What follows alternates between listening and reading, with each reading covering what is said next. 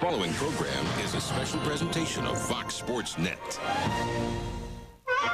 Yesterday at Daytona, the Winston Cup teams rolled out their new rides. For some, a day of surprise. Stacey Compton showed early promise. Ricky Craven's comeback began with a confident ride. And Robbie Gordon turned the fastest lap of the day. For others, disappointment. Mark Martin represented the frustration of the entire Roush Racing team. All the while, the biggest names in NASCAR lay in wait, poised to make their move as the countdown to Daytona 500 continues.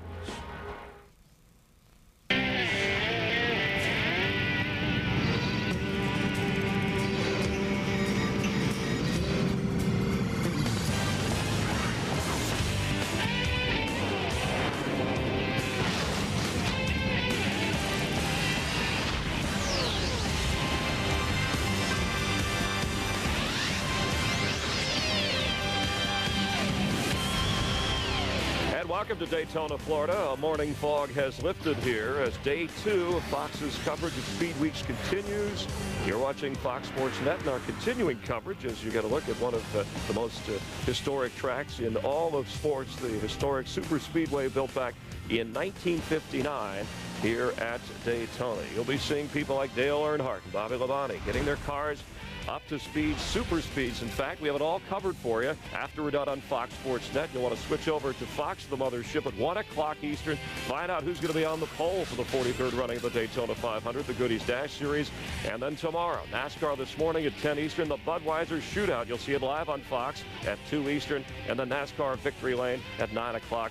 3 different networks, all part of Fox, all part of NASCAR and our Fox Racing coverage. Hi, I'm Chris Myers. Good morning to you. Yesterday, during the start of the Winston Cup practices, Dodge had a big day in its return to the Daytona 500. 3 of the top 10 best times came from Dodge cars, including Stacey Compton and Ward Burton. Meanwhile, it was not such a good day, as we mentioned, for the Jack Roush Racing team. Mark Martin, Matt Kenseth, Jeff Burton, all struggling, finishing in the back of the pack, which means today is a very important day as they have to make adjustments, as a number of drivers and crew chiefs will. Let's now go to Steve Burns. He has more from pit road to get us ready for what we'll see throughout the day. Good morning, Steve.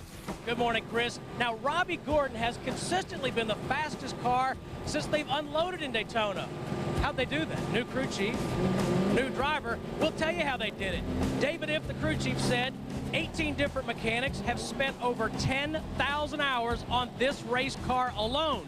They've tested 3 times. They have cut the body off and put it back on 5 different times. They are here to win the pole for the Daytona 500. Matt Yoakum.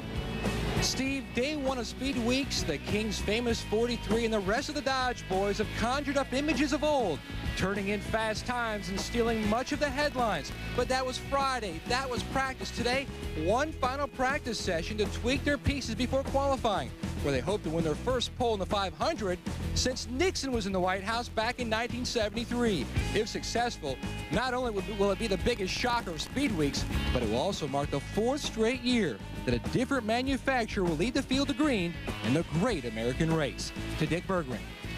Thanks, Matt. In preseason testing, the Jack Roush fleet of race cars were incredibly fast here at Daytona. But yesterday, in the first official practice session for the Daytona 500, all of the Roush cars were down in speed, not even as fast as they were during preseason testing. The man with the answers, Jack Roush, what's going on? Well, I don't claim to have the answers to that. You know, the Daytona 500 is 11 days. And we've got 1 day into it. Mark was only on the racetrack with his 500 car twice yesterday. Yesterday was kind of a warm-up for us. We've made engine changes over the night to our qualifying engines and the engines that we counted on to give us our best time. So we'll see what happens today. You know, there's always the anxiety, possibly the paranoia that the teams have that when they go testing that either the other guy is holding back or that he's got equipment that is beyond what NASCAR would let you have. In our case, you know, maybe we had better stuff practicing than we should have had for our test. I'm not sure. But they all went through the template room yesterday.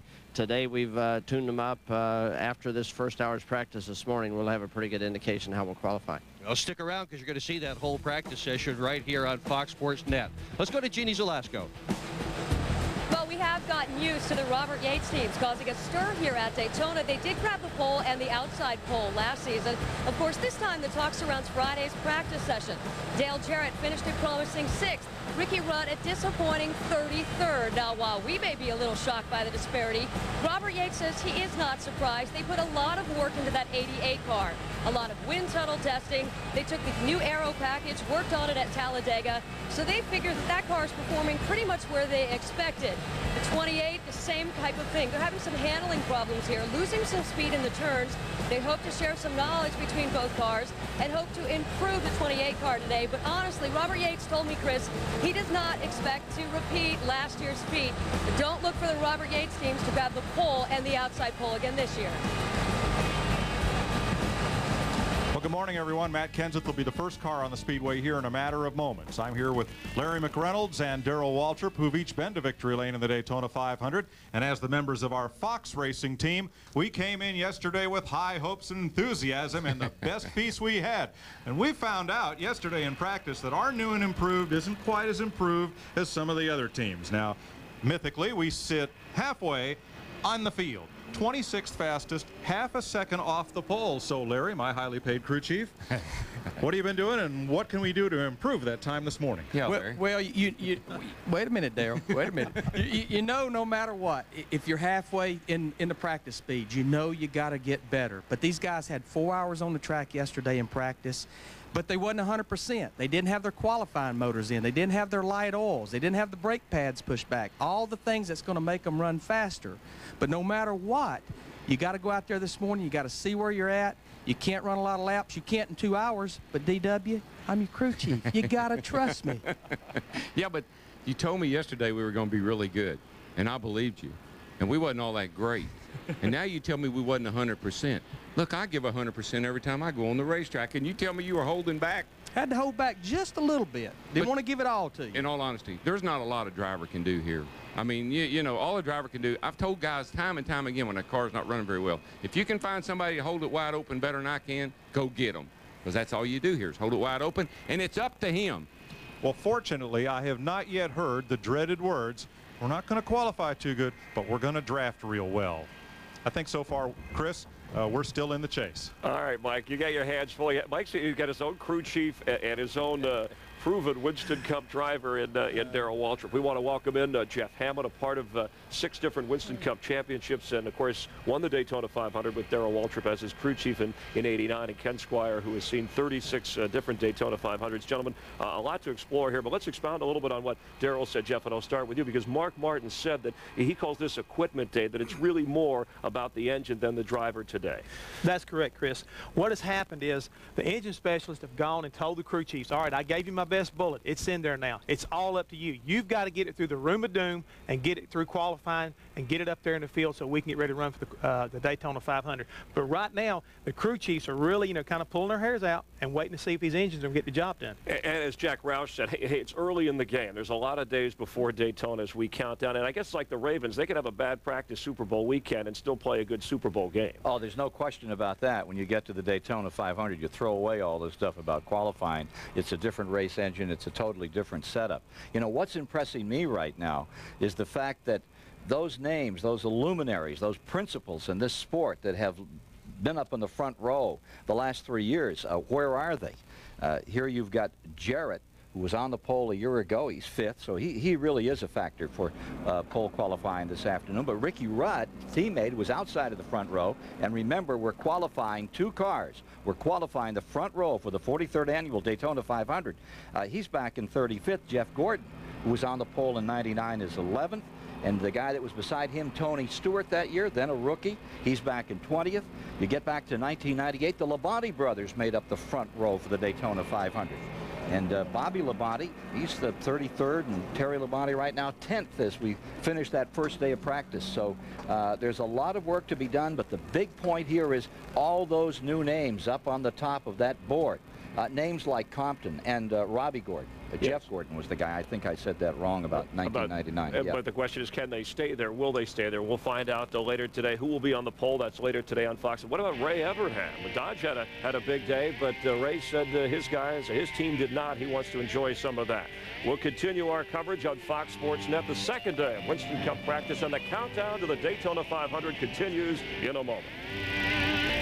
Yeah, welcome back live here at Daytona on Fox Sports Net. You're watching Fox Racing, and the countdown continuing to the 43rd running of the Daytona 500, just 8 days away. It's the second day of Winston Cup practicing. Let's go upstairs. Darrell Waltrip, Larry McReynolds, and Mike Joy for a check on how today's weather conditions might affect things. Mike? Thanks, Chris. Still doing a little track drying out there in turn number 2. That's the last part of the track to get sunlight.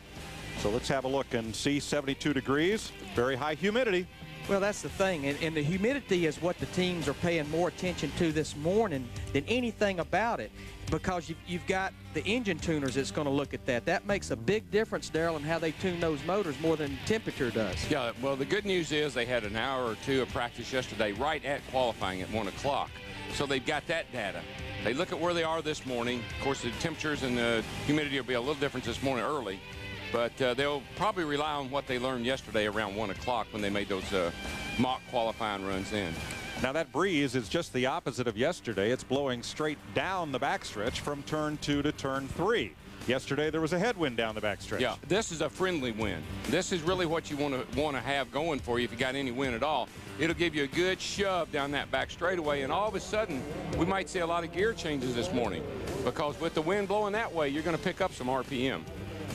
You never would believe that one of the instruments that a race team would look at, especially getting ready for practice for qualifying, is an American flag. It's telling you which direction that wind is blowing, and it can make a difference. And the big thing, Darrell, that I've seen it make a difference is in gear selection. Oh, yeah. If you've got a lot of wind, you've got to be careful not to put too high a gear in that car, because the wind's bucking against you. It won't let you get going, so you got to have a lower gear. Oh yeah, that's the things that you fight right up to qualifying time. What gear you want to run, how much time and you put in the engine, how much jet do you take jet out, do you put jet in, and a lot of that's left up to the driver and what he feels. Well, let's see how one of them feels. How about the reigning Winston Cup champion? Here's Dick Berggren. Reigning Winston Cup champion is Bobby Labonte, and he sure thought he was going to be a whole lot faster than he was in practice yesterday. With practice about to begin today, what have you done to your race car?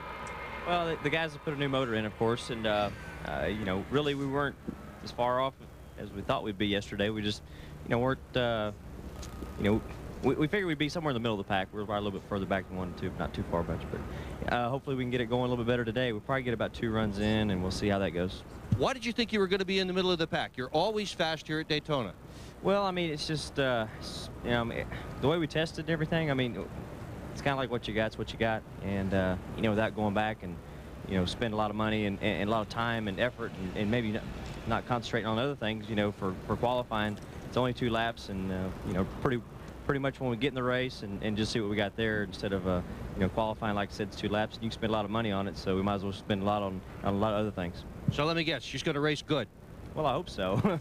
I'd feel pretty stupid if I say we weren't, but I hope we race good. You know, we'd love to. It's a good race car. It's just that, you know, qualifying's probably not going to be the best thing for us here, but, you know, you never know. We're going to get a little bit better this morning. I hope if everything goes right, and then we might end up better than we think. There you go. Mike? Well, there are more multi-car teams than single-car teams here. There's car owner Joe Gibbs, and how his 2 teams fared yesterday, 29th and 33rd for those Pontiacs. But a lot of guys, a lot of drivers, crew chiefs, and even car owners like Joe are walking around saying, yeah, but they haven't been out there by themselves. They haven't turned Big Ben on yet. When Big Ben starts ticking, that's when you know how good you really, truly are. Because the rest of the time, you don't know who's holding back. Like I said yesterday, y'all been playing liar's poker for the last 24 hours. At 1 o'clock today, we'll find out. All right, practice is delayed for track drying. A heavy dew this morning and a big fog. They're just finishing up in turn number 2. The track will be dry, and we'll turn them loose. You're watching NASCAR on Fox Sports Net.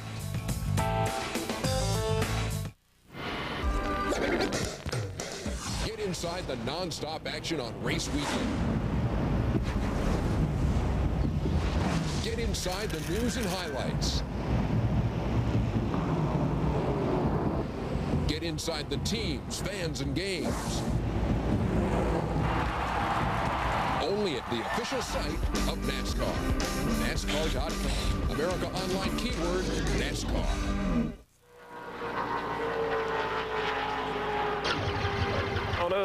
Welcome back live to Daytona. The cars have hit the track here on Fox Sports Net. Our continuing coverage of Fox Racing. Matt Kenseth, Roush Racing first off. Let's go back upstairs with Mike Joy. He's second fastest so far. John Andretti and Mark Martin putting times up on the board early on here, but very early. Still the track a little green. It was damp last night. Well, it's probably not.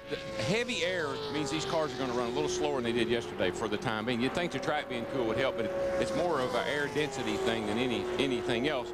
Plus, these guys are all trying sticker tires. There, we were talking about stickers versus scuffs. How they going to go? Sticker tire. Why do we call them sticker tires? Well, the reason we call them a sticker tire is just a short term for it's a new tire. And normally at Daytona, you will qualify on sticker tires because a sticker tire or a new tire grips the racetrack better. And you do want it to grip better. You don't want the car to slide around as you're qualifying. You're trying to go fast, and going fast is not sliding around. So this is one of the places. But they want to make sure. Race teams, they never believe totally in past history. They want to confirm this morning, hey, is a sticker or new tire faster or one that we've run a couple of laps? Yeah, see what they'll do is they'll go out on stickers, and if they run a fast lap on stickers, they're going to say that's the way to go. If they say, well, we slowed down a little bit, they're going to say, all right, we will qualify on this set of tires we just buffed in. Now, it's significant that Matt Kenseth and Mark Martin, two of the Roush Racing drivers, are two of the first on the track this morning because they probably have as much work to do as anyone here. Look at Jeff Burton, 36th, Kenseth, 37th, Martin and Busch further down. Yeah, but the thing about Mark was he didn't run yesterday, so he better be ready to run this morning. There's Jeff Burton ready to go. And those speeds are not very good. I mean, we're looking at 180 miles an hour, the top speed right now. And, of course, we were at 182 yesterday. Matt Yoakum. Well, Mike, I spoke with Mark Martin while he was walking out to the car before practice. I said, well, do you feel like you're in good shape now? Do you have the big stump puller in? He goes, yep, we've got the big hog in there. He said, but the problem is we were hoping to pick up about 1 full second. We only feel like knowing what the engine has horsepower-wise, what it showed on the chassis dyno, we're only going to pick up, hopefully, about maybe 6/10 or maybe just half a second. He said if we could have got the full second, we might have been the pole. Now we're just hoping for maybe half a second. Well, so far, practice times are about half a second off what they ran, or what was run yesterday. Yeah, but Mark's what, Larry? You got the time there. Mark's actually about a 10th slower than he run yesterday, and I know that's going to be disappointing to them, but what they're going to have to watch to see if they've made gains from yesterday is cars that run fast yesterday, are they slower today? Right. Well, see, John Andretti has just run a lap just as fast as what he ran yesterday. So is the track significantly slower? Oh, no, that's perhaps not. You know, that's getting to be a fairly decent speed there. 49.84, you know, 180 miles an hour, so it's not that far off, although we are still a couple of 3/10 off of yesterday. But that's not unusual.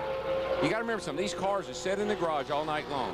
Hot fluids, you know, your rear end's cold, your hubs are cold, everything is cold, and so the first run you make is going to be your worst run. Okay. I'll look at Mike Skinner, one of the two Richard Childress Chevrolets. He was 21st yesterday. Teammate Dale Earnhardt, the 98 winner, was 30th. Here's Dick Berggren. Well, Mike Skinner was not the fastest yesterday by a long shot. What are you working on this morning, Mike? We put the qualifying engine in this morning, and both RCR cars are a little bit slow right now, but with this rules package, I don't think qualifying is going to be a big issue. If we had a shot at the pole, we'd be, man, I think we'd be pulling everything out. I don't know that that we've got a shot at it, but usually when the guys get all the tune-up on these engines and get the qualifying engine in, all the right oils and everything, and both these cars will pick up right much, I'm sure. Okay, good luck to you today. And there's Dale Earnhardt, 7-time Winston Cup champ and the 98 winner. Larry, you've worked with both these drivers. Are you concerned they were that far down the chart yesterday? Well, I don't know that they're going to be pole contenders, but I can speak from experience. I know Richard Childress, Spenny Clendenin, those guys in the engine shop, they had the real beef sticks sitting in the truck, the real qualifying motor. And Darrell, there's no substitute for beef stick here. Oh, no. The thing that always amazes me is you put an engine in, they say it's 7, 8, maybe 10 horsepower better, and you think big whoop. But here at Daytona with the restrictor plate, that's big whoop. It picks that sucker up. It can pick it up as much as a half a second or better. Here's the surprise of the day yesterday. Stacy Compton driving the Mark Melling Dodge. Second fastest overall.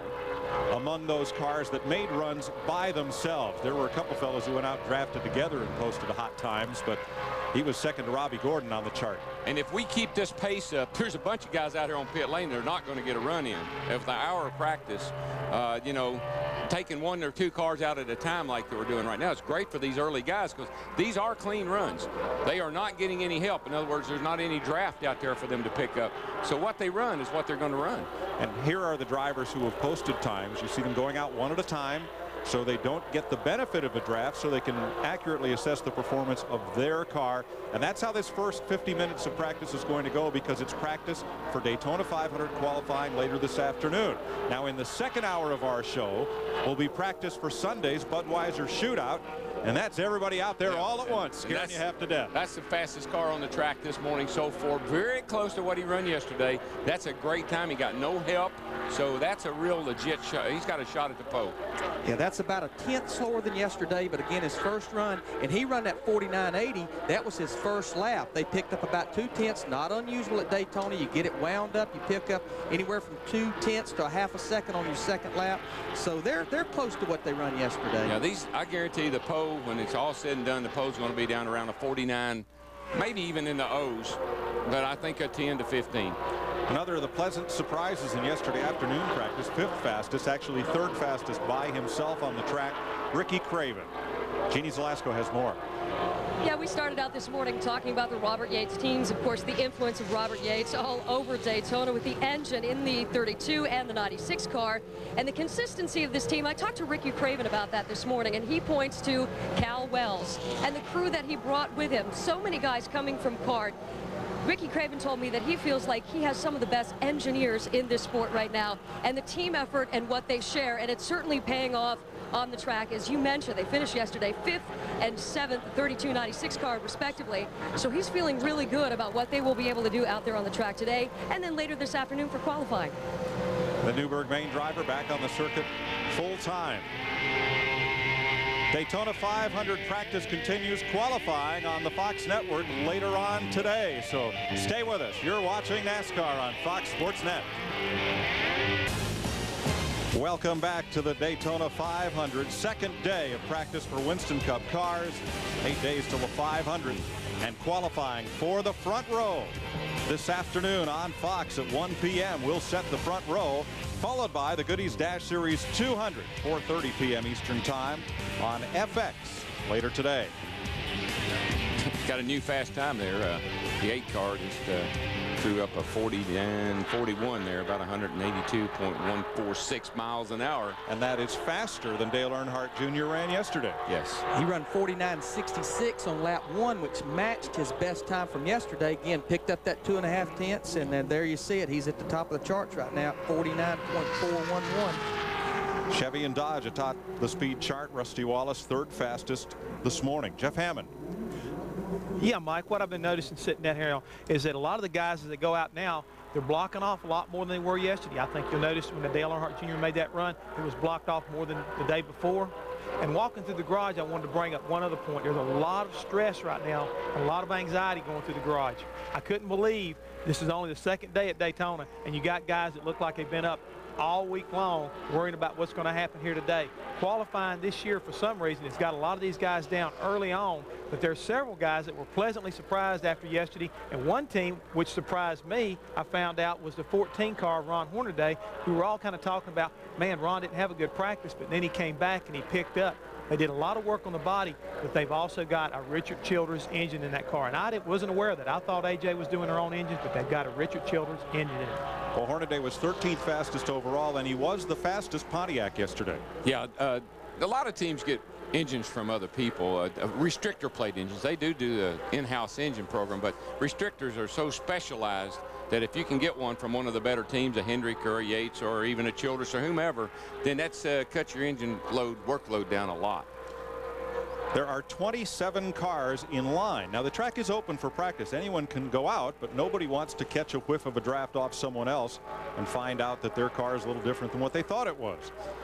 Daryl, I can't help but notice, and Jeff talked about it a little bit, you see right there in the front of Ward Burton's car, the front grille. It's got tape on it, but you see an opening right there at the top where it's actually letting airflow go in. And it's just, I think this has been going on all winter, and I think it goes back to the aero package, the roof strip across the roof that NASCAR makes these teams run.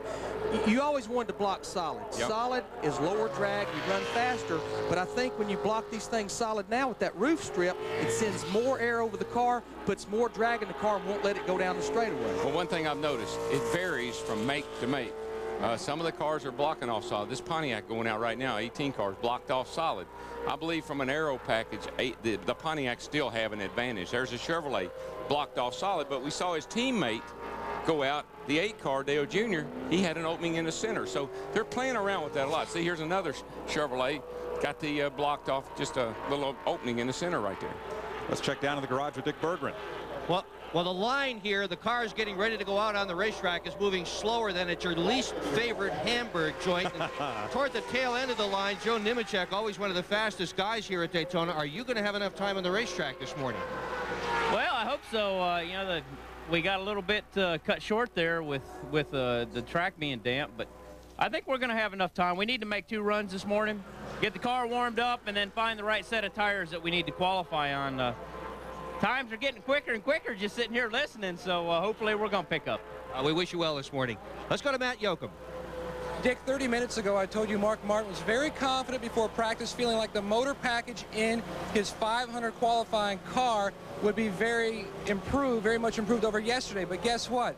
He went out, ran a couple of laps, came in. He was very frustrated. They did not pick up anything. This is their Daytona 500 qualifying package. The crew guys very disappointed. They felt like they could have at least picked up a half a second. They didn't pick up anything. They are really left in a state of shock, now starting to prepare their Bud Shootout car for Bud Shootout practice later this afternoon. Now, let's go to Jeannie.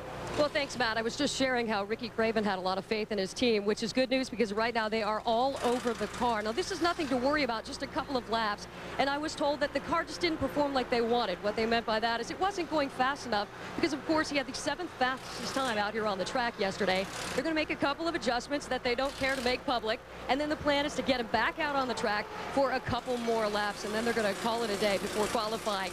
Steve?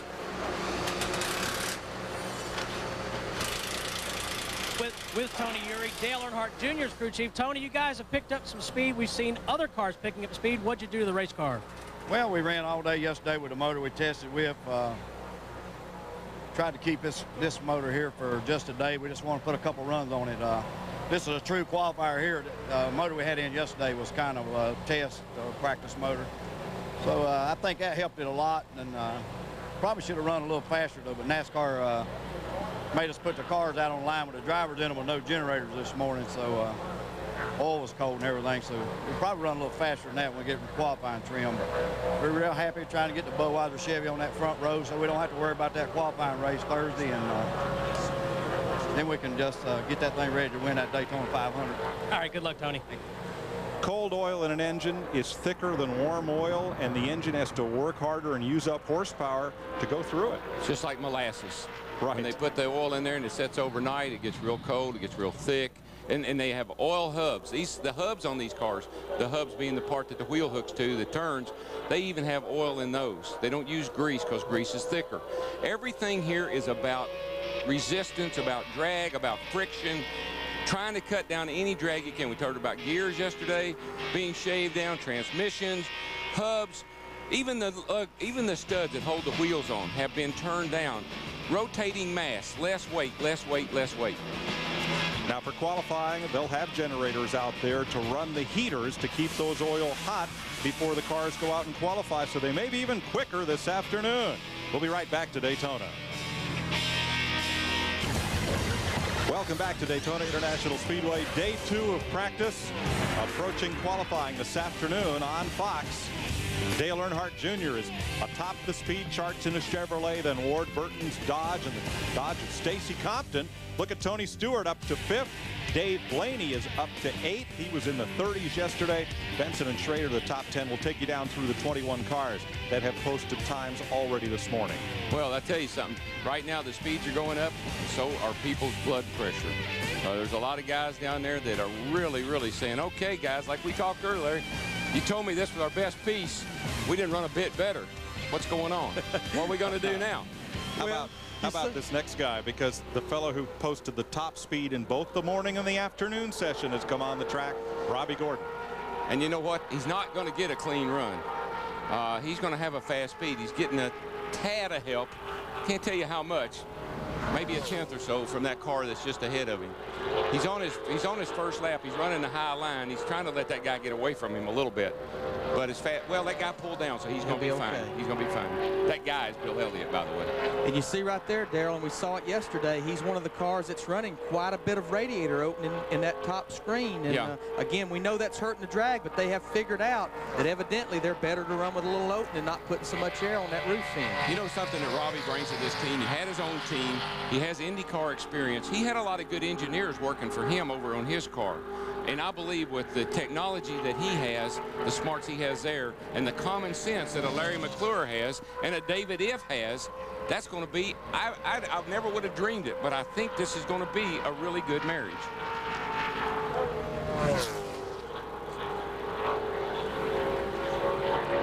Steve Burns has more on the resurgence of Robbie Gordon.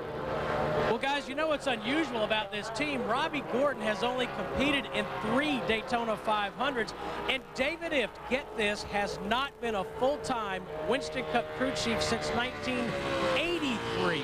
1983, David If's first crew chief job was in 1977. Won a couple races with a guy named Darrell Waltrip. Yeah, and he was a bundle of nerves then. I couldn't hardly keep him under control, and can't imagine he's gotten any better. I sensed the first bit of subterfuge in the morning.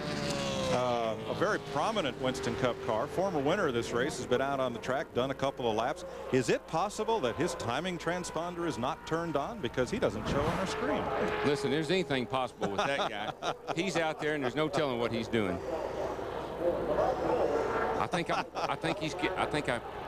He's near though. You plan on using that a lot this year with him, don't you? Every time he does something that I don't think is right, you're going to hear that sound. Let's get lots of batteries for that. Matt Yoakum. Well, guys, we've been following the Roush story for the past 2 days. Jeff, you've gone out, made some runs with your qualifying package. You're trying to put a good smile on, but not where you want to be right now. Well, it's not. It's not from a lack of effort. Everybody in the whole Roush organization's put a lot of effort into the Daytona 500. We've also put effort into Rockingham, into Vegas, and those places. We just aren't as fast as we need to be. Fortunately, I don't think it matters. I really believe that with this aero package, that once you get in the draft, it's going to be fine. You'll be able to run in the front. You'll be able to run in the back. You'll be able to run anywhere that you put yourself in position to run. And we're not happy with how fast we are, but I think we can overcome it.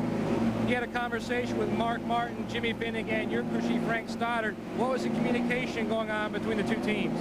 We were having group therapy. Is what we were having. We're all pretty disappointed. We had a good test down here, and we come down here to race, and it just hasn't been anywhere near what we thought it would be, and we don't know why. If we knew why, it wouldn't hurt. But when you don't understand what's going on, it's very difficult. So we were having a group therapy session. We got the psychiatrist coming in tonight, and we're going to light some candles and have a seance or something.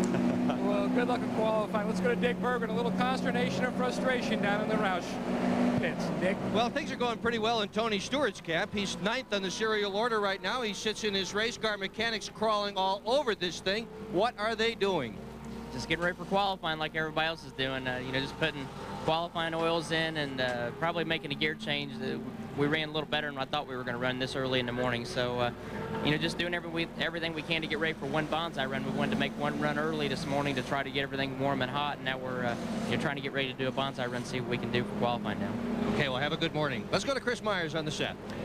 All right, thank you very much. Jeff Hammond, former crew chief here. It's almost, listening to Tony Stewart, it's almost as if you're preparing to prepare for the qualifying. It seems like each day, each hour, you get a little bit closer as a crew chief at this point, based on some of the things we've been seeing and hearing here. What are you thinking at this stage as we get ready for the more important qualifying later today on Fox? Well, what you're seeing, Chris, is, and Tony is kind of like bringing us into it, is they do everything very methodically. You don't come down here and throw everything out there right on the get-go, because if you did, then you'd be, you know, quite disappointed come time for qualifying. You like like you sneak up on it.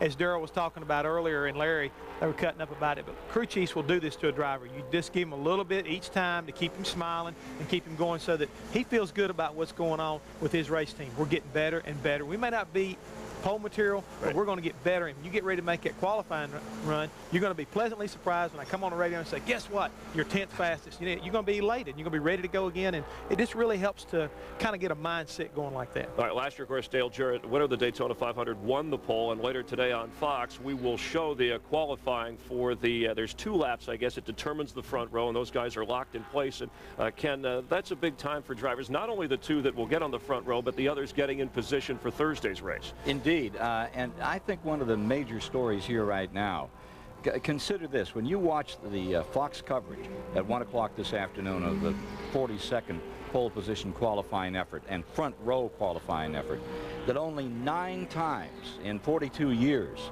has the pole sitter won this race. But over the last few years, the indication has been that it is back up in front that counts. In '98, Bobby Labonte was outside of the front row and won.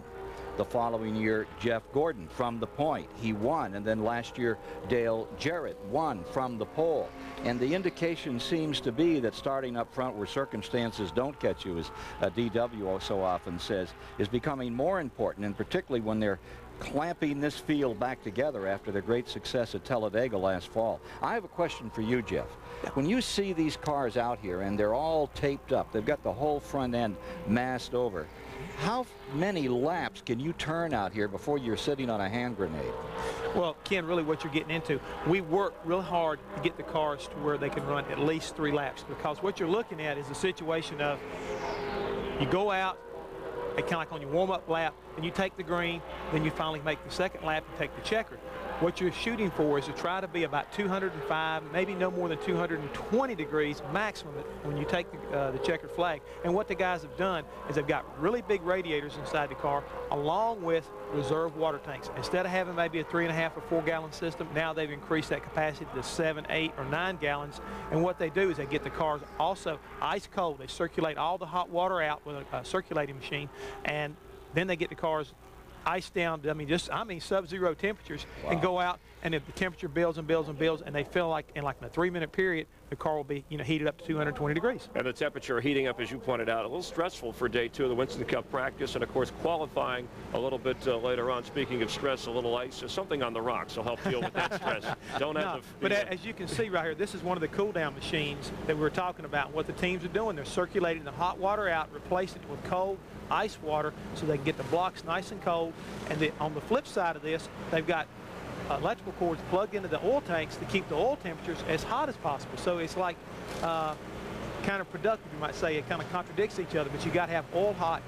And I think Larry and Darrell could probably comment some more about that, but it's very important to have oil hot, water cold. All right, so balance the key. Let's go back upstairs with Larry McReynolds, Darrell Waltrip, and Mike Joy. Well, Jeff, I was going to say it's like a big compromise. You're wanting the water cold, you're wanting the oil hot. They run beside each other through the engine, so the water is cooling the oil down, but you don't want the oil is heating the water up. So it's like you're trying to reach that balance. Now, the engine guys will tell you, once that engine goes over 220 degrees, it starts to lose horsepower.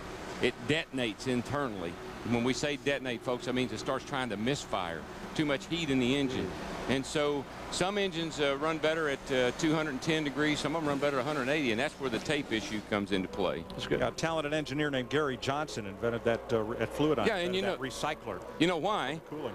Everybody used to dump their raw water right out in the garage. You'd pull your radiator hose off and just let the water run out in the garage, right out in the floor. And water's everywhere. NASCAR said you can't do that anymore. So we had to cool the motors down some way. We did it with a fan for a long time, just putting a fan on the front of the thing and letting it blow through the radiator. Finally, we came up with a recirculator, took all that away.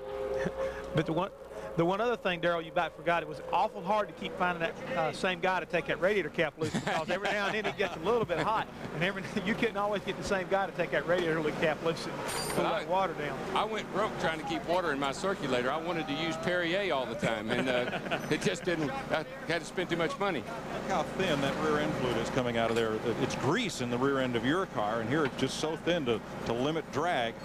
as that comes out to change the rear end gear in these cars. Here's a look at the speed chart. Still Dale Earnhardt Jr. on top of the chart. There are redundancies in NASCAR's timing system, so sometimes we don't get a time right away. They go look at the backup system, compare, look at actual times, and that's why we were delayed getting the times of Bill Elliott and Dale Earnhardt, but there they are. Now, NASCAR was doing a complete reload of the timing system, did not get a time for us on Robbie Gordon's run. We're going to have to check with a member of their crew that had that great old-fashioned measuring device, the stopwatch. Winston Cup practice for Daytona 500 pole qualifying later today on Fox. We'll be right back here in a moment. The track is reopened after a brief red flag to push in Mike Skinner's car. 8 days to the Daytona 500. What is foremost on a driver's mind as he approaches the big race? Running at Daytona is a 195-mile-an-hour chess match. It's 500 miles long. It's a long race, and cars stay in a very tight, close pack. And one lap you may be leading the race. The next lap you may be as far back as 10th or 12th, just in one lap. The biggest key to Daytona is having the car handle. Because Daytona, you start turning in the corner before you pick up the bank. It's always a racetrack that the car has got to drive well, got to stay on the bottom, got to be able to run that, and that's going to be the key to the 500. You have to remember, it's a team sport, and the team, as a driver, you're only one portion of that team. Maybe of a team of 50 people that really made all that happen and make that happen throughout the day. So everyone has to be, at the top of their game, especially for the Daytona 500. Right now we're watching one car at a time running in clean air to try to post a benchmark time to set up for this afternoon's qualifying, pole qualifying for the Daytona 500 this afternoon on Fox. In about 20 minutes, this session will end, and the 18 drivers in the Bud Shootout will all get out there at once to see what they've got in the draft. You know, one thing we know, that's going to be exciting. Yes. I watched a little of it yesterday afternoon, and they were, as a matter of fact, the one car got spun out yesterday afternoon. Didn't hit anything, but he got spun out. That's the kind of action we're going to see, even in practice. Can't imagine what the race is going to be like. I can't imagine where Dick Berggren is right now. Well, Dick Berggren right now is underneath the number 97 car, Kurt Busch's car, where Dave Weiss and a bunch of his fellow mechanics are in the process of trying to hurriedly change the gear on this thing to get Kurt back out again. Dave, how much of a panic are you guys in? We're not panicking, we're just trying to get it done. Yeah, they're working pretty hard on it, Mike. This is a hot, difficult job. They're all on their backs. Nobody is even on a creeper. But I'll tell you what, it's like a ballet under here.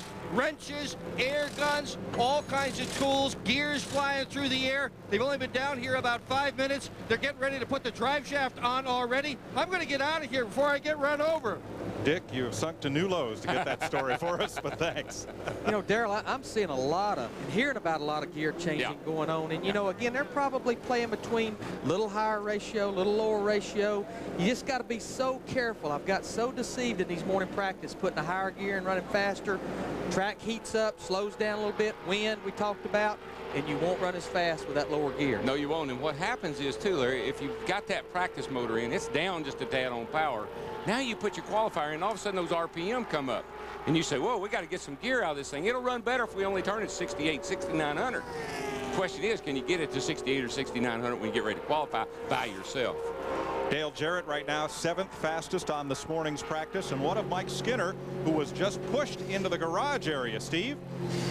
Well, Mike, there's a team of people working around the 31 car. Richard Childers, Bobby Hutchins, who's on the 3 car, Danny Lawrence, Mike Skinner looking on. David Smith told me they lost oil pressure, and they're trying to figure out why. No oil pressure on the 31. Well, I mean, we went through this at Talladega back in October with both Childress cars. Again, those guys lean on these qualifying motors to the nth degree. Light parts, and he mentioned oil pressure. And low oil pressure is more power, and they will turn these things down to, as here we're seeing a 3-car draft, which these guys are learning anything, but we're going to see more of this as this practice gets close to the end. But you turn the oil pressure down. We qualify normally with about 15 or 20 pounds until it gets a little oil temperature. It won't even be that.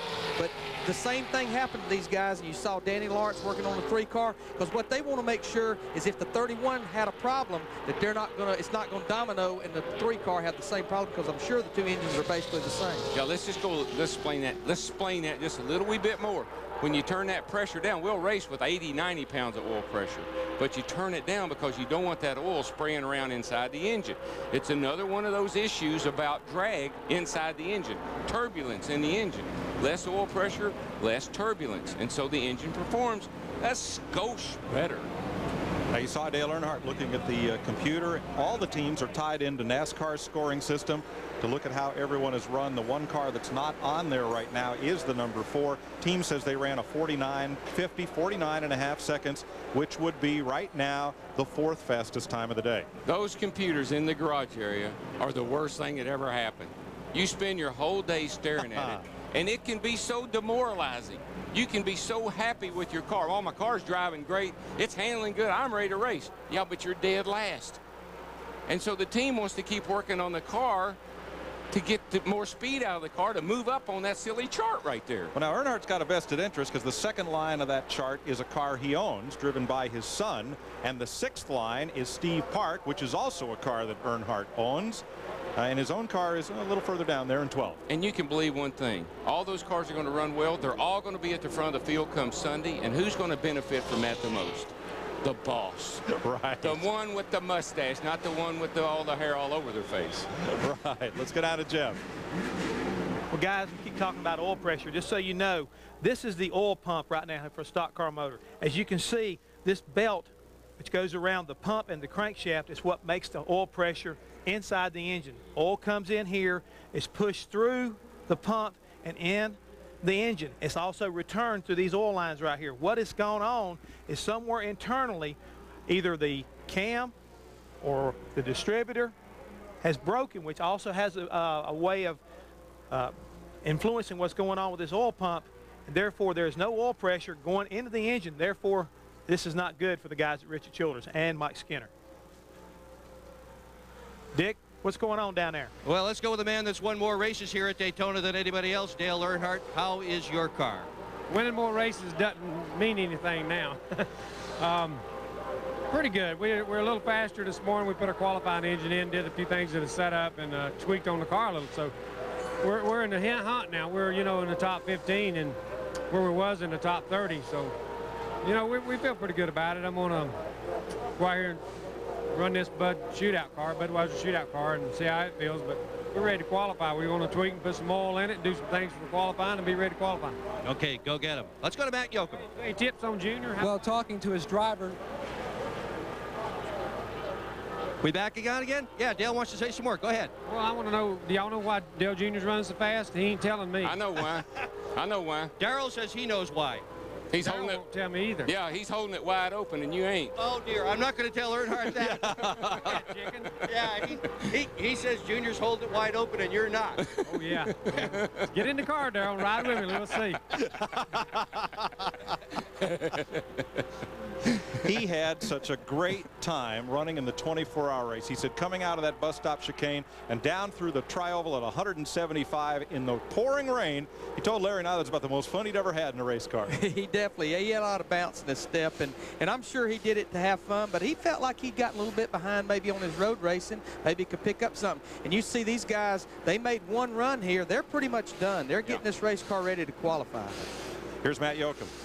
And Mike, another DEI car, the one car of Steve Park, also very fast in the practice session before a number of teams decided to go out and do a little bit of drafting. Steve, do you feel like there's anything left to maybe make a shot at the pole? Man, I certainly hope so. This whole Pennzoil team's worked hard over the wintertime to try to help us out here at Daytona. We traditionally haven't really run that fast here, so we came down here. We had a great car in testing. We got a great car this morning, so we think we got a shot at the pole. Your first Bud shootout tomorrow afternoon, but yesterday afternoon, a very exciting, somewhat scary ride. Yeah, it was definitely exciting. There was a bunch of us out there practicing, and everybody must have cabin fever from the wintertime, and we're just all getting a little bit too close, and Mike Skinner got into the back of me and got me spun through the tri-oval, and it was a ride. You know, fortunately, we kept it on all 4 wheels and got it back straight, didn't hit nothing. So, you know, it's going to give us more opportunity to practice for the Bud Shootout, so we're pretty excited. We were talking earlier, you ran an enduro race on the Friday before the 24 hours. The Big E ran the 24 hours, but now you guys have some new decals on the car. Brad, let's take a walk back. Steve, show us what the Big E has come up with as far as around the name. Tell us about it.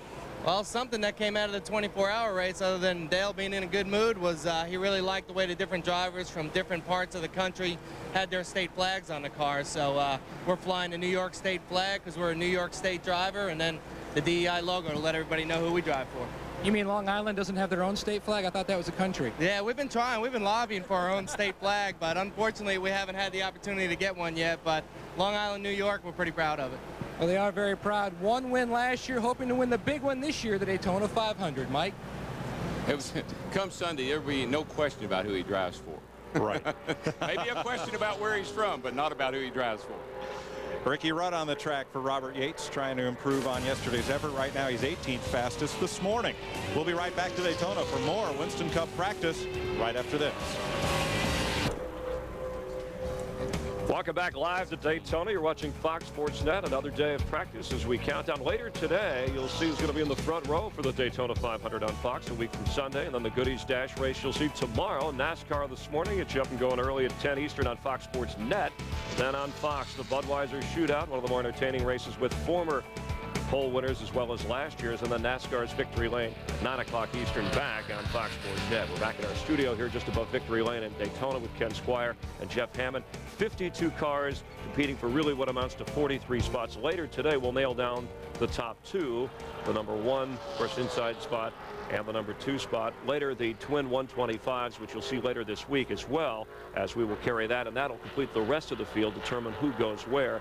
But Ken, let's talk about the qualifying position as we're going to watch that later today on Fox. Robert Presley going out first, Kenny Wallace last. What should we be looking for specifically? Well, I got to tell you, this is perfect for television. You folks are going to be watching this afternoon at 1 o'clock on Fox. Here's the guy that won it in 98, that set on the pole in 96. Earnhardt, old Ironhead's coming out third. So he's coming out really early. Now, these new guys that we don't know too much about from past performance because they've never been that close to the front. Here's Robbie Gordon, ready to come out 12th. Stacy Compton is right behind him. Craven is in that group, who could be the Cinderella story here. And then wait till the end of this thing. And you got to see it all the way through till about 4 o'clock this afternoon, because you get way down to the bottom end. You get to 48. And there's that number 22 Dodge of Ward Burton, and right behind him comes Jeff Gordon. And as you'll recall yesterday, a lot of the folks down here along pit road were saying Jeff Gordon's got the stuff to do it for the pole today. This is going to be some TV show that we've got this afternoon. When I talked to Jeff Gordon on Media Day, he felt confident that they'd get a top 10, top 5 qualifying position. And let me ask you, Jeff Hammond, as a former crew chief, it is about pacing here. You can practice. You said people were more stressed today than you normally would see, but it's going to be a little bit more in this qualifying. Based on what we've seen so far in practice, what do you think we'll see in the qualifying? Well, Chris, one of the things you're going to see is a lot of guys starting to look skyward. We keep talking about the possibility of the weather changing. You were talking a minute ago about who's going out first and who's going out last. Well, if I'm one of those guys going out last and I'm in Daytona Beach, I'm looking for the weather to possibly be coming over and getting cloudy. And there, again, that may have a big influence on who gets the faster speed the latter part of qualifying. And the end of the day at Daytona, the weather that comes in off the ocean often gives us a cloud cover.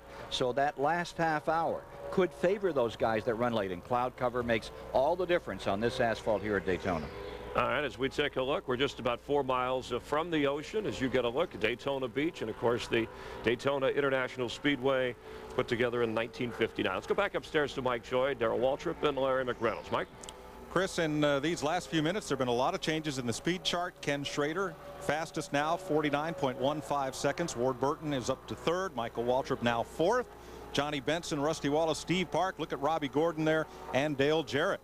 Darrell, I think Liar's Poker has a big Robbie Gordon, he's 9th. That's right. But you and I was watching. That's right. They're playing. That's right. That's 1 lap. That's 1 lap. He did not even run that 2nd lap. I firmly believe those first couple of speeds was in some of the dead draft we saw. But I think Jeff Hammond, you can tell us more. Robbie Gordon, Larry McClure, they're playing games right now.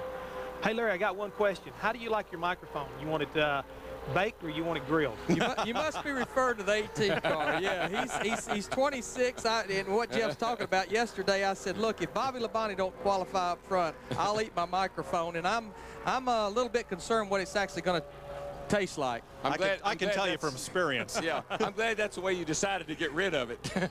Let's meet the man who is on top of the speed chart. Here's Dick. And let's ask the most important question. Did you cut that fast lap by yourself, or did you have help? I had help. Oh. M&M car, it's been good the whole time. It's been real solid, you know, 8th to 12th, something around there. But when we popped up there, we had some help. We just need to get back out and get temperatures up. We were playing with some oil pressure settings, trying to make sure we had them right. We just needed to go, and didn't fall in a real good hole. Well, that's all right. Car's fast enough to make it. Car's good. All right, let's go to Jeannie. Hey. Well, if you like the party so far, then this is the man to talk to, the president of NASCAR, Mike Helton. How is it going for you?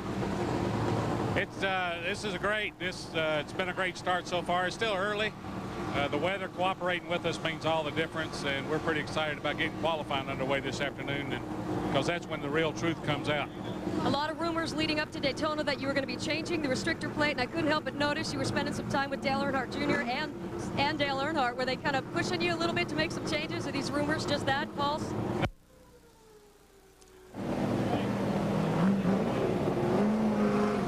More on that from Jeannie a bit later. There's that shot she's talking about with Dale Earnhardt and Jr. talking with Mike Helton, who over the winter was named president of NASCAR and reports to a 5-person executive committee made up primarily of the France family, who have governed this sport since its inception in 1948. I think we'll see this morning in this practice for the Bud cars, but yesterday afternoon in that practice they had Dale Jr. and Dale Sr. I don't want to say they're having fun, because what they were doing to each other was not funny to me, but they were messing with each other big time. So they're going to be interesting to watch, father and son racing together again this year. Now, these are the same numbers, some different paint jobs like Mark Martin's, but these are completely different cars than what you just saw that will be out here to run in the Budweiser shootout. And there is a lot of engine work going on in the garage area right now. Steve Burns. There's a new power plant for the Dodge of Stacy Compton about to be put in. Stacy, is this normal, or are you having a bit of a problem? Well, we don't know if we got a problem or not. We're not as quick as we were yesterday, and the qualifier should have been a lot quicker. We're going to go back to where we had yesterday. Yesterday we were decent, and maybe we got a problem, maybe we don't. I don't know right now. It's hard to say, but we wasn't quite as quick as we thought we needed to be, so we're going to make some changes and see if we can go back like we were yesterday. Does this affect your confidence at all? No, not a lot. I mean, if we can go back exactly like we were yesterday, we can cut a good lap. You know, we felt like we had a little bit left yesterday. We need a little bit today. So come qualifying, I think we'll still be okay. Thanks, Stacey. Appreciate it. Now, we've been talking in terms of seconds. 49.15 seconds for Schrader is the quickest so far. There's a look at those times posted this morning, and the list at the top is quite a bit different from yesterday. Yeah, those times are what we live and die by. Now, the speeds, that's what the fans maybe relate to a bit better. But Larry and I, our stopwatches don't give us the speed. We talk about how many seconds it takes to go through a corner, how long it takes us to go down the back straightaway, and how long it takes us to make a complete lap. That's what we've always looked at. There you see last year's pole sitter, Dale Jarrett, 181.6. Bobby Labonte's perhaps struggling there, 26th fastest. Larry's hoping not, but that's possibly. my microphone eating car right there. I have the ketchup ready. Yeah, Larry, I don't know what size shoe you wear, but you put it all in your mouth that time. On our first broadcast. 52 drivers will line up to take time for the Daytona 500 this afternoon on Fox. Now, when we come back, the Bud Shootout cars will be out for their practice session, and things should get a little frisky. You're watching NASCAR on Fox Sports Net. Welcome back live to Daytona, Fox Racing, and you're watching Fox Sports Net as we count down to Daytona, the 43rd running of the Daytona 500. You'll see it on Fox a week from Sunday. And we're in the second day of Winston Cup practicing. Later on Fox, qualifying, and we'll see who's going to be on the front row, who will win the pole for the 43rd running of the Daytona 500. I'm with Jeff Hammond and Ken Squire. Also later today, practicing for the Budweiser Shootout. This year it's a little bit different. 70 laps of green flag racing, and of course they added former pole winners. So Dale Earnhardt, Mark Martin are in this race, and when they had the post position draw, as the cars zoom by, Ken Schrader landed the inside spot. He's on the pole, but when I talked to Jeff Gordon, Jeff, he was saying that this is a lot of fun, even though it's a non-points race. This is something they look forward to, where racers, drivers can really let it go. Well, right now, Chris, what I'm seeing is they're out there racing. I mean, they're out there getting after it, doing some drafting. They're getting a chance to do something they've never done before, is get a chance to work on race setup before the 125. A lot of these guys right now, this is the first time they're getting an opportunity to run this long a race in the Budweiser shootout. It's never been done before. Plus, they got to put a pit stop in there, so it's going to kind of help the team get a little bit of the rust kind of knocked off the season and get ready to go for the 125s. Yeah, and Ken, this race has really evolved into something of an all-star race between drivers that fans enjoy, but so do the drivers. Oh, yeah, and the fact that they've gone from 25 laps to 70 laps, 175 miles. You're going to have a green flag pit stop in this event tomorrow that you're going to be seeing on Fox. This is going to be a real test because it's a little further than a 125-mile qualifier. And, you know, they always have two cars they bring down here for super speedway racing. One's in the top of the elevator. They actually got a third car that's sitting back in their shops around Charlotte, North Carolina, with its paws in the air because they know that they're apt to come out of here with a torn-up race car. This is going to be the real show tomorrow, and we're going to see a lot of what Darrell Waltrip and everybody calls bump drafting. And I want him to talk a little bit about it because it's really going to play a big role in what we see tomorrow in this event. Jeff, you have a comment? Yeah, one other thing is, too, this right here is not your normal Budweiser shootout where you're running for just some small chump change. There's $200,000 out there for the guy who gets back first. All right, $900,000 of prize money. Let's talk about some of that drafting that was mentioned here. Up to Mike Choi, Larry, and Darrell. Go ahead, Mike. Thanks, Chris. Well, Darrell, we've heard the word fun used a lot here. Is this fun or is this nerve-wracking out here? Oh, it starts out as fun. I mean, everybody's having a good time. It's a lot like playing pool. You know, you knock a few balls in the hole here and there, and it's your turn. No, it's my turn. It's your turn. Then the 8 balls left. And it gets real serious then, you know, who's going to win this game. So they're out there right now, and they call this fun. But, folks, let me tell you, you're riding around, you're all tensed up just like that one car was yesterday when he got booted and turned through the trowel right here. You know at any second that could happen. Now, bump drafting is when you run up and you give a guy a shot in the rear. Bam, bam. And it drives him by the guy in front of you. And that's the only way you can pass sometimes. The drafting traditionally has been like this. Lead car, second place car wants to swing up, make just a little move up to the right, kind of bounce off of the air or the outside wall there. Don't hit the wall, obviously. Then you get a run. There's your swing out, and now you dive to the inside, and this all happens instantaneously. Bam, bam. And the guy behind you, you're giving him hand signals. You're saying, come on, buddy, let's make this pass together. You line up, and zoom, you go right by the guy. That's traditional draft. That one car is what we call the sitting duck. Oh, yeah. The one that's left hung out to dry. Yeah. You know, looking at this practice as a crew chief, the big difference in practicing for the Bud Shootout this year versus years past is it was just basically two 10-lap races. You didn't really work on long runs. But I talked to Royce McGee, Mike Skinner's crew chief, last night. They made a 42-lap run yesterday, which is what they're going to have to do in the race tomorrow. And he said, Larry, we wore the right front tire out, which probably means, Darrell, they're running too soft the front springs, gaining too much camber in those front tires. So they're going to have to reevaluate their setup. They're out there this morning, and I bet he'll make a long run again just to see if they've cured that right front tire problem. Yeah, there was an hour of practice yesterday afternoon late, and those guys, a lot of them run the whole hour. They never come in. They run a whole tank of fuel out of their cars. Larry, how tough is it on a crew chief to have to prepare a car on the same day to race in the Bud Shootout and another one for pole qualifying? It's very mind-boggling. I would not be surprised if there isn't, of the 18 teams, if there isn't a few of them that's really focusing on that qualifying. Since they did get a practice yesterday, they will get a happy hour this afternoon, but you're going from two different modes. You know, you're over here trying to run 2 fast laps. You're over here trying to make a car run 50 or 60 laps. Yeah, but if you're Jack Roush and your cars aren't running very well, you're out there and you can draft and you can keep up and you can even, like the 99 car is right now, leading, then you can come in and say, boys, I told you we was going to be all right. Don't worry about that during qualifying. We're going to wear them out in the race. And so that's a big thing. Mark's up there, and so is Jeff Burton. And so they're trying to prove it. Hey, we may not be fast by ourselves, but y'all look out when it comes to racing. You never know. This was a practice session, though, the way they're going at it. Oh, Baby, you ain't seen nothing yet. You wait till they get the field set and all 43 of them get out there at one time.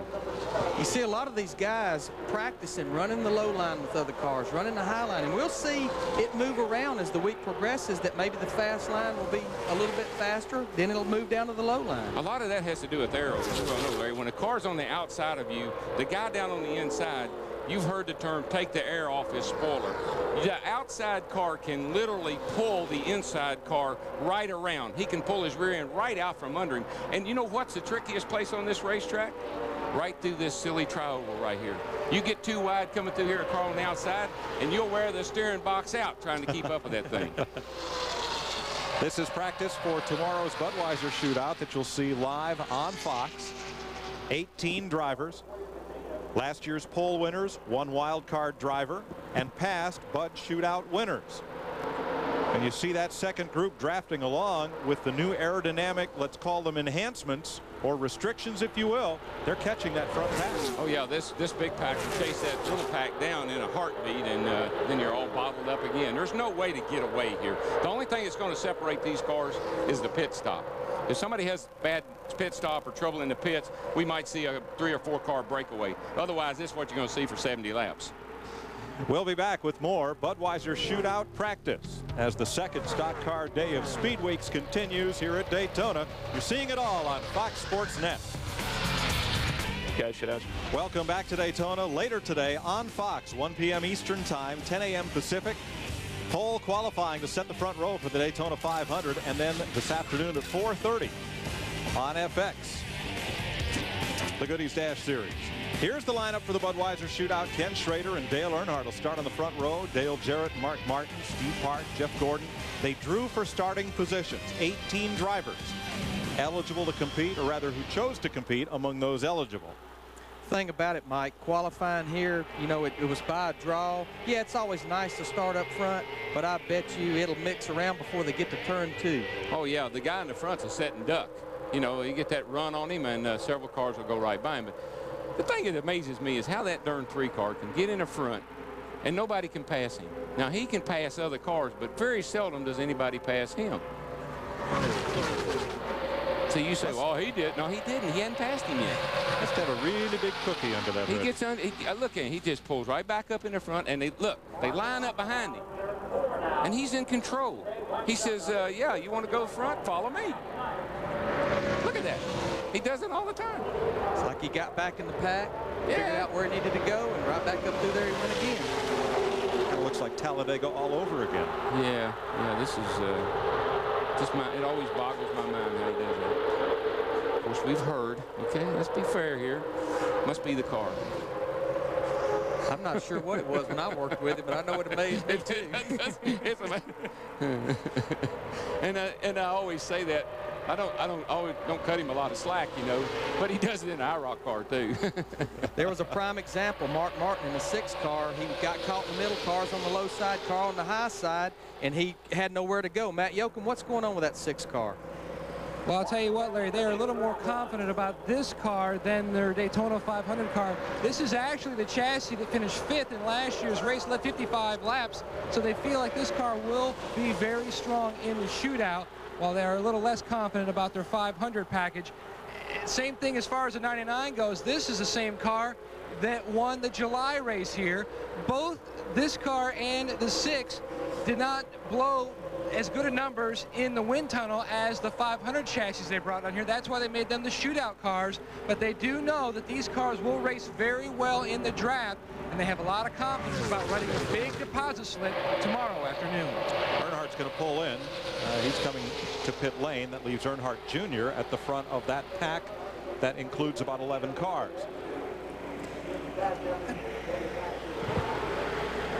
Let's go to Dick Berggren. And there's a lot of activity down here in Mike Skinner's pit area. They lost an engine. This is the engine that they were unhappy with that had been in the car. We got 3 mechanics, well, right now 4 mechanics working on it. And back here is the engine that's going to go in the car. What's interesting about this engine change, which by the way will take about an hour, is only one real engine piece went from the dead motor to the good one. Right here, the intake manifold.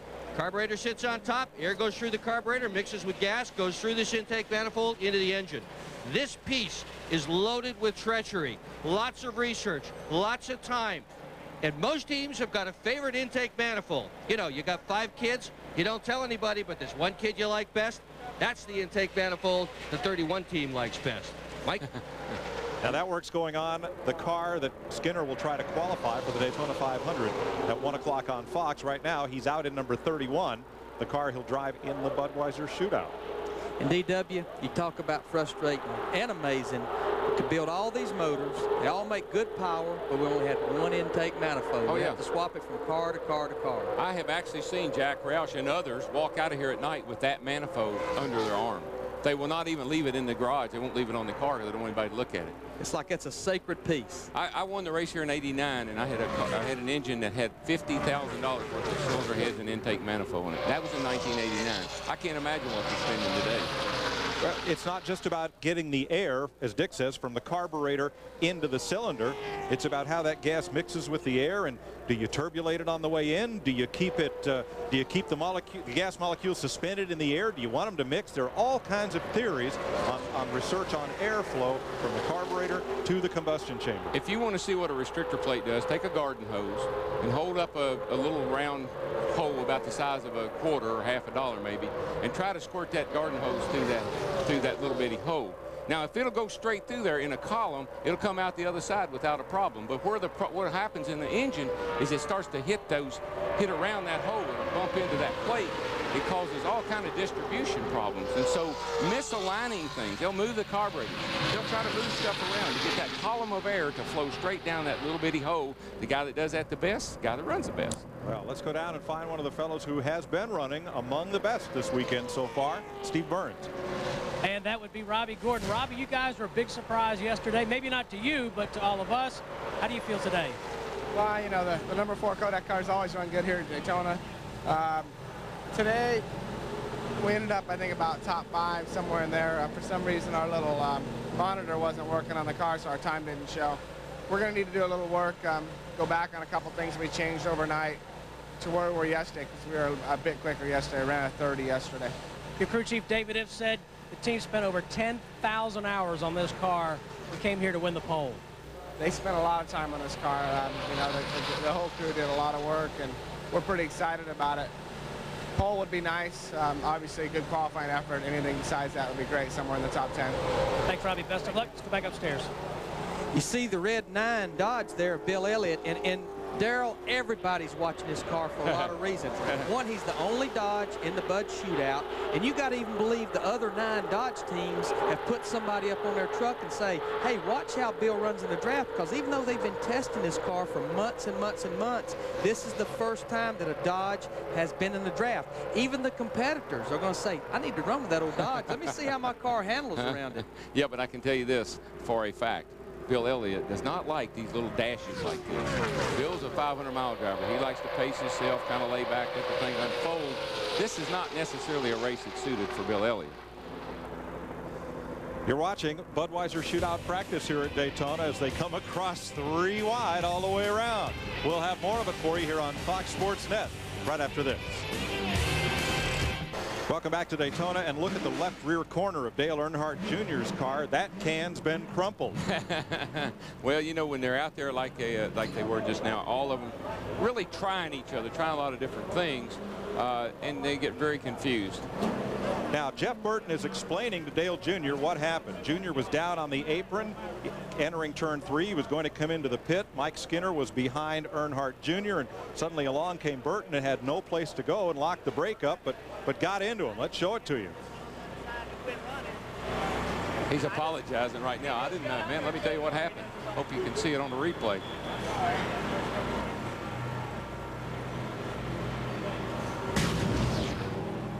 Here they come down the back, and you see the 99. He's already down on the inside. 31 slows down in the groove. The 8's on the apron. All that smoke is the right rear tire. They run so much wedge in these cars, it just locks that wheel right up. You know, we watched this replay several times. See, Mike Skinner, I think, at the last minute has decided I'm going to end the practice. And that's something as a crew chief, whether I've been working with a rookie or a veteran. When you're done practicing, you start waving your hand back off turn 2 and find your way down. Get that spotter to help you down. And I think what happened, Dale Jr. in the 8 car, he's on the apron with a plug check. Mike Skinner, he's still in the racing groove. Oh, yeah. Here comes the 99 car. He has to go low, locking the wheels up. Junior's sitting there without the motor running. He don't even know what's going on. Innocent victim. They're drive-by shooting. Yeah, the spotter's probably on Dale Jr. to get out of there, and he's got the engine cut off. We cut these engines off at the end of a run so the mechanics can look at the spark plugs to see if the carburetor's adjusted properly. We did not see how badly, if any, the front of Burton's car was damaged. And Skinner, who slowed in the groove to precipitate all this, looks like he got away unscathed. Yeah, he's clean. He's pushing in. Steve Burns? Yeah, with Dale Earnhardt Jr. Dale, I saw you talking to Jeff Burton and Gary Nelson. Tell us what happened. I don't really know. I pulled off and to get me a plug check. The car is really good for the shootout, I think. And Burton and Skinner got a little lack of communication or something on somebody's part, and they didn't have it. I mean, I'm down on the apron, got my plug check. I was out of the way, and I think somehow or another Burton didn't have nowhere to go, got run down on the apron or something and run in the back of me. We're all right. It's a little fun. What did Jeff say to you when he came over? He said he is just kind of explaining why he run into me. I didn't know whose fault it was, but it ain't his. It's cool, man. No problem. We're having fun. It's a good time. I hear you. Thank you. Well, if Burton hadn't swerved sharply to the left and caught up Earnhardt Jr., he would have pile-driven Mike Skinner into turn 3. By all means. That's just, he had the best explanation. Lack of communication somewhere. But Darrell, this guy's saying he had fun and just got hit in the back end with somebody running about 100 miles an hour. He had fun because he's back in the garage. Have a look at the right front corner of Jeff Burton's car. Yeah, did actually very little damage. He did a good job, actually, if you think about him running 190 mile an hour and having to woe that thing up. You bet. So collision in turn 3. Dale Earnhardt Jr. down on the apron. Jeff Burton has to avoid a slowing Mike Skinner and gets into the back of Earnhardt. We'll be right back. Daytona, we're on hold here for Budweiser shootout practice. Let's have another look at this and get a little further analysis on the damage that ended up happening to Jeff Burton's car, the nose you see here, and Dale Earnhardt Jr.'s car. Well, we're having spring training right now, folks, and everybody's still just a little bit out of sync, not quite got their game together. The 8 car, he's got his hand up. I'm going to cut clean. I'm pulling down. That's what you're told to do in the driver's meeting. Make it perfectly clear that you're pulling down. You got a plug check, and you're getting out of the draft. Now, Skinner, he's still out in the middle of the racetrack. Well, Darrell, he should already have been down on the apron if he's going to quit, but I'm looking, and I don't see a hand signal. 2 things I see there. No hand signal, but with 8 cars behind you, you're going to quit. You're supposed to be back down on that apron as far back down the straightaway as you can. I got to tell you, Jeff Burton did an incredible job at that speed to keep from turning the 8 car back up in the racetrack in front of every one of those cars. We just dodged a big bullet right there. And Matt's with him. Frank Stoddard and company working feverishly on the nose of the 99, laying the groundwork for the game plan to get the nose fixed on this damaged front. Jeff, first off, what happened? Well, you can't see in front of you. You can see the car directly in front of it, but you can't see past that. I went to make a pass underneath somebody, and the 8 car had slowed down, and I couldn't see him, and he had pulled to the inside.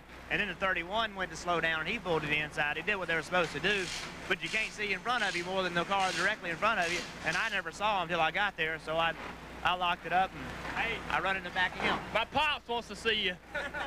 He'll probably send me a bill. Did the spotters give you any indication that there might be trouble down there? Well, there wasn't trouble until we started hitting each other. Trouble could be brewing, possibly. Well, there's going to be trouble brewing anytime you take these rules and you put everybody on the racetrack. There's trouble brewing. It's going to make for some really exciting racing, but it's also going to make for a lot of stuff like this. I mean, you can't get slowed down. The guy can't. It's just a big mess. Everybody's running together, and it just is what it is. It's exciting to watch, but this won't be the last car that gets tore up this week. This isn't Martinsville. This is Daytona, where aerodynamics are so important. How much will this affect the handling of this car, which was a very good race car? It won the Pepsi 400 here last year. It's fine. We've got Al Allen here, who's our chief fabricator, and he's our plate manager for building all of our bodies. So we got the best in the business. He can take that right there and make it look brand new. It's going to require some work. I hate he has to, you know, all these guys got to work on it. They could be relaxing right now or paying attention to something else. We don't ever relax, but instead they're going to have to fix something that's tore up, and I hate that. I'll tell you what, Gary Nelson came down and spoke with Jeff. He's spoken with Dale Earnhardt Jr. He's talking to a lot of people. DW? Well, that's the sheriff right there on the right, and he says, let me ask you something, young man. Don't you know that you're supposed to get down and give that hand signal, or you're going to cause a big wreck? And we're lucky that you didn't, and you know better than that. You're a trained professional, at least that's what you tell me. Now, let's don't have things like this happen anymore. Jeff? I'll tell you what, guys, I don't care how you cut it. The man wasn't paying attention. That's all it was to it. You got spotters, you got crew chiefs, and everybody's on top of that truck, and we're trying to help those guys get on and off the racetrack. And as Larry said earlier, we're telling them, hey, we want a clean cut next time by. Get your hand up. Let everybody know you're coming in. I didn't see any hand signals, and obviously it didn't happen. So therefore, you had your first incident right here, and you know it could have been a lot worse than what it was. 2 incidents in Bud shootout practice, one with Steve Park, one with these 2 cars, and Mike Skinner in the midst of both. Daytona International Speedway on Fox Sports Net. Morning Winston Cup practice, and now Budweiser shootout practice at 1 p.m. Eastern time on Fox. Daytona 500 pole qualifying to set the front row, and then at 4:30 p.m. Eastern on FX, the Goodies Dash Series. Tomorrow, NASCAR this morning beginning at 10 a.m. right here. The Budweiser shootout at 2 p.m. Eastern on Fox, and then NASCAR Victory Lane every Sunday night at 9 p.m. on Fox Sports Net. That's what's ahead, and we'll be right back with you with more practice after this. Welcome back to Daytona, where they're back at it again. The final minutes of Budweiser shootout practice. Here they come out of turn 4, 3 abreast. You're going to see a lot of that this weekend. Oh, man, they call this play day. They're out there playing, but, boy, they sure are playing mighty seriously. They're bloodying each other's noses and beating each other up pretty good right now. But you know, if I'm one of the crew chiefs and I watch what's been happening in these practices, I'd ask my driver, don't you think this thing's driving pretty good? How about we leave it in the garage here? The only thing I'd be looking for is a car cover. We heard from 2 of the 3 drivers involved in that incident at turn 3. Here's Dick Bergman. And I'm with Mike Skinner. Mike, should those guys have known that you were dropping down? Yeah, I started waving coming off 2 over there. I seen Junior. I wanted to get a good tire sheet. I saw Junior slowing down, and so I cut a clean, got a spark plug check for him, and I really didn't want to try to cut the nose off Junior's car getting in down there. And so I slowed down pretty good, and when I looked up in the mirror and seen 2 or 3 cars coming, I saw Jeff Burton coming down low. I grabbed a hold of the steering wheel, so he might not have saw us wave. He was probably 2nd or 3rd in line, and a lot of times the 2nd or 3rd guy in line doesn't see a guy getting a spark plug check and coming in. But that's what we got spotters up there for. And if the spotter didn't tell him there was 2 cars slowing down, I'd be talking to the spotter. And that's all sides of the story. Mike? Thanks, Dick. Well, that's why you have a spotter. You blame everything on the spotter. The drivers never make a mistake. It's always the spotter. We try. You can hear. I can hear him now. We trying to get me killed. Look at this bunch. 3 wide again, all the way down the backstretch, and they finally sorted out this time up in turn 3. You know, just to clarify for the fan, the spotter, he's up on top of the roof of the grandstand. And not only, and this is all a spotter used to do, he used to just look for wrecks and for oil. Right. But now, especially at Daytona and Talladega, he's driving the race car for these drivers. He's telling them clear low, clear high, single file, 3 behind you. He's basically guiding that race car. Oh, yeah, these cars have become so compact, and the driver sits in such a tight little area that, man, look at Earnhardt go around on the outside. But the tight little area there, and you don't have good peripheral vision. You have a hard time. It's one reason why Earnhardt wears an open face helmet. You can see out the sides a little bit better. Well, in a couple of minutes, they'll put the red flag on this session, and all thoughts will turn to qualifying for the Daytona 500 live on Fox at 1 o'clock. Will it be one of these 18? Will it be Robbie Gordon or one of the other Stacy Compton's surprise fast times of the weekend? We're going to find out at 1 o'clock here who's got it. What do you think, Larry? Oh, I don't know. I know as a crew chief, you know, you're probably working on about 5 or 6 nights without sleep. All your testing, everything that's went on comes down to what's going to happen those 2 laps of quality. And all the drivers hearing is if we can just get through that room without having to make any changes, we'll be all right. NASCAR can be a little tough when it gets ready for qualify. When you roll that thing out there in that inspection station, you got the biggest old smile on your face. Oh, yeah. Part of your battle's done. That's exactly right. All right, let's get final practice thoughts from the garage area. Dick Berggren. Well, there's a lot of furrowed brows down here right now, Mike. There's only one guy that's fastest and over 50 that are not. And so there's a lot of tension down here. Steve Burns. Dick, anxious moments for Stacy Compton. They have been one of the fastest teams here. They made an engine change, but time is drawing close for qualifying for the Daytona 500, Matt. Steve, Roush Racing came to Daytona with a game plan, win the pole and win the 500. They've already had to deviate from that game plan once because of lack of speed. Now they have to deviate because the 99 has a damaged front to their Bud Shootout car. Jeannie? Well, Matt, Ricky Rudd started the day with some concerns about some handling issues. The crew says those have been handled. Now they have problems with the aerodynamic package. They did move up 13 positions, and the real good news, their teammate, number 88, Dale Jarrett, did a lot of testing in the wind tunnels at Talladega, so they have 2.5 hours to get with number 88 and confer some notes before qualifying. Chris?